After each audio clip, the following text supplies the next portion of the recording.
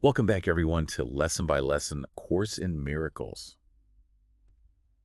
Yesterday we were talking about how our perception shapes our reality. Yeah, And it was a lot to unpack. absolutely. And today we're diving into Lesson 23. Oh, wow. I can give only my thoughts to the world. It's So, your so, so we're going even deeper into how our thoughts actually influence our world. Like Yeah, how does that actually work? right. So Lesson 23 suggests that the most valuable thing that we can give to the world are our thoughts. Okay. Which, at first glance sounds kind of simple, right? Yeah, it does sound simple. But when you really think about it, Yeah. there's a lot more there. I think what's really fascinating about A Course in Miracles is it's not just about giving physical things, Right. it's really about the energy behind our actions, which Uh, all stems from our thoughts. Wow. So, you could give someone, a beautiful gift, Right. but if you're doing it begrudgingly or you're not really, truly giving it from the heart, it takes away from the whole experience. It really does. And that's what the Course is really trying to emphasize here, I think. So it's like our thoughts are like the energy behind Yeah, our actions. exactly. And those actions then go out and create the world around us. You got it. So, I mean, what kind of world are we creating then with our thoughts?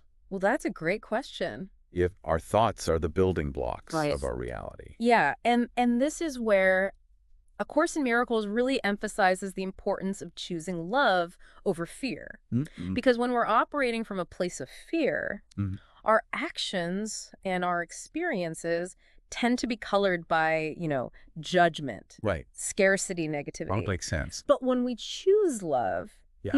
our actions naturally become more, you know, compassionate, Yeah. generous, peaceful.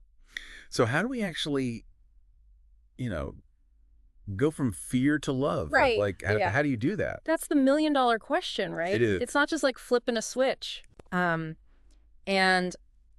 A Course in Miracles, recognizes this. Yeah. It provides tools like thought journaling, Okay. which is essentially just taking a few minutes every day to observe your thoughts Mhm. without judgment. Okay. And that can really increase your self-awareness, Okay. which is the first step towards actually changing those ingrained patterns. So you're saying that by just being aware Mm-hmm. of our thoughts, Right. that can help us shift them. Exactly. It's about recognizing that we have a choice. Okay. We can let fear dictate our actions. Right. Or we can consciously choose love, peace, forgiveness. And it's not about like pretending the bad stuff. Exactly. It's Right. not about denying those negative emotions. Right. It's about becoming aware of them and choosing a different response. So it's like in everyday life, if someone cuts you off on the freeway, Yes. you could react with anger Right. or frustration, Yeah. or you could be like, you know what?